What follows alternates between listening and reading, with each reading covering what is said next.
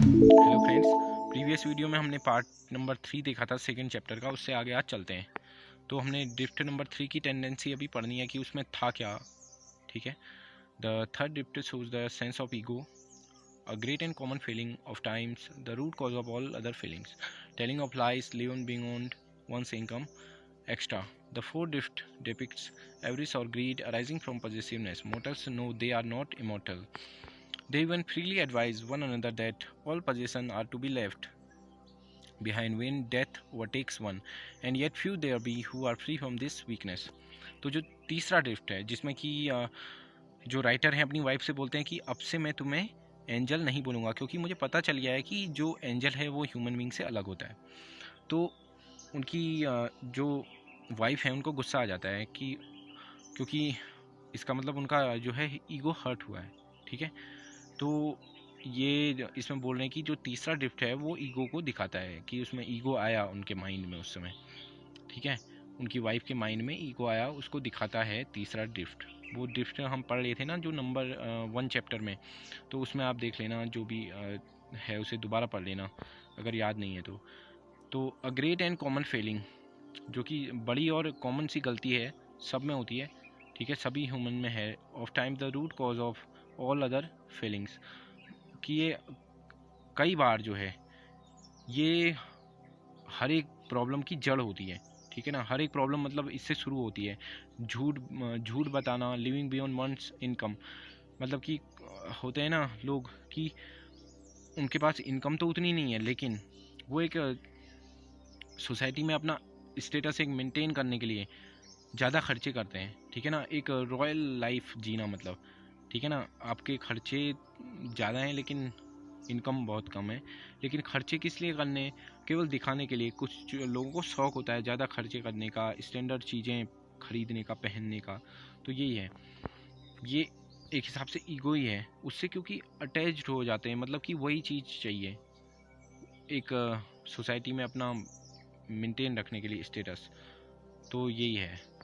The fourth drift depicts average और grid arising from पॉजेसिवनेस। तो ये जो चौथा ड्रिफ्ट है वो है पैसे का लालच, जो कि पॉजेसिवनेस से आया है। ठीक है। पॉजेसिवनेस क्या है कि आपके अधिकार क्षेत्र में जो मतलब अधिकार में लेने की भावना।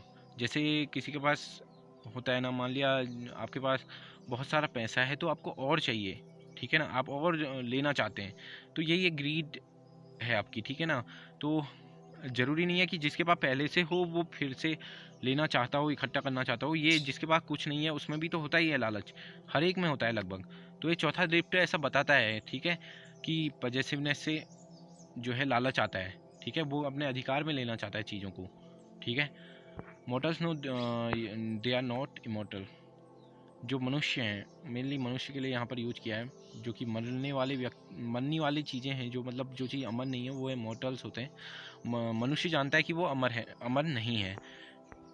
दे इवन, जबकि ये एक दूसरे को फ्रीली एडवाइस देते हैं कि जो भी चीज़ें तुम्हारे अधिकार में है वो यहीं रह जानी है जब तुम्हारी मृत्यु के बाद। ठीक है। And yet few there be who are free from this weakness.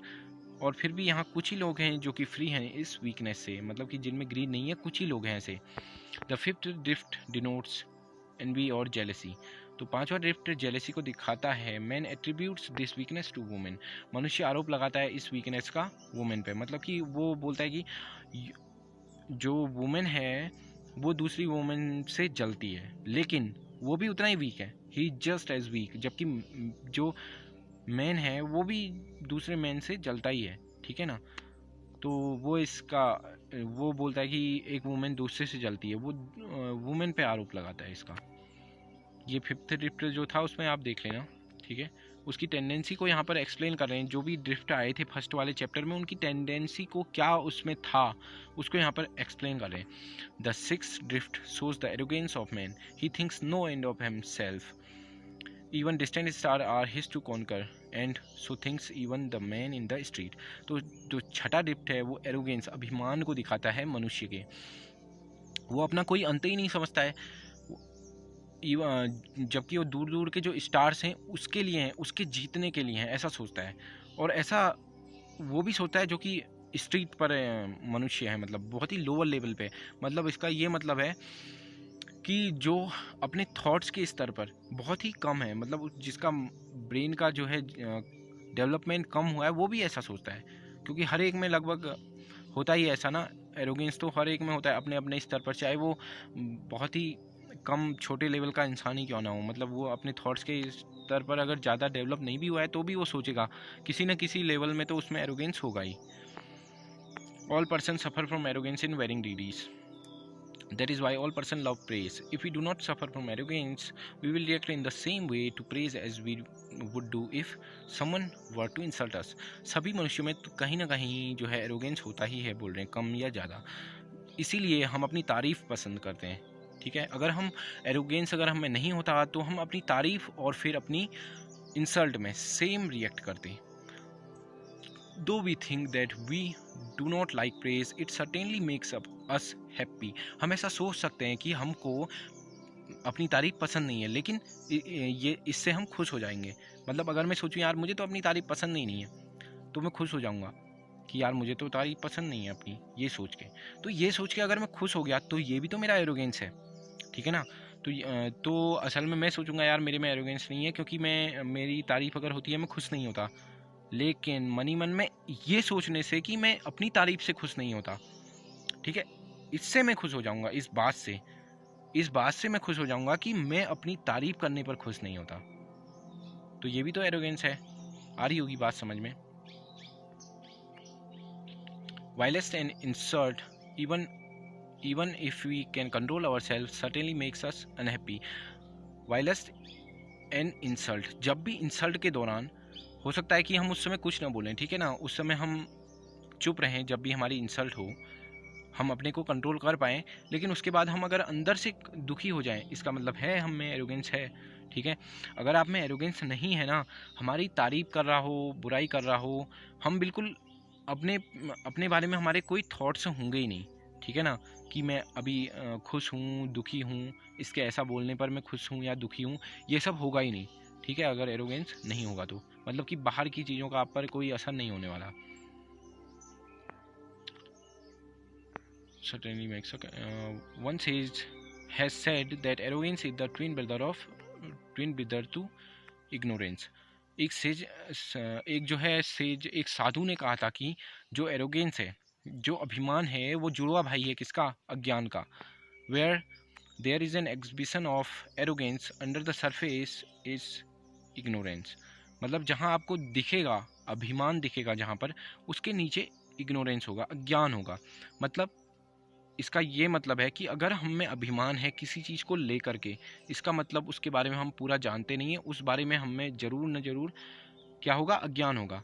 मतलब कि जब हमें किसी चीज़ के बारे में पूरा पता नहीं होता तो तभी हम अभिमान करते हैं, ठीक है।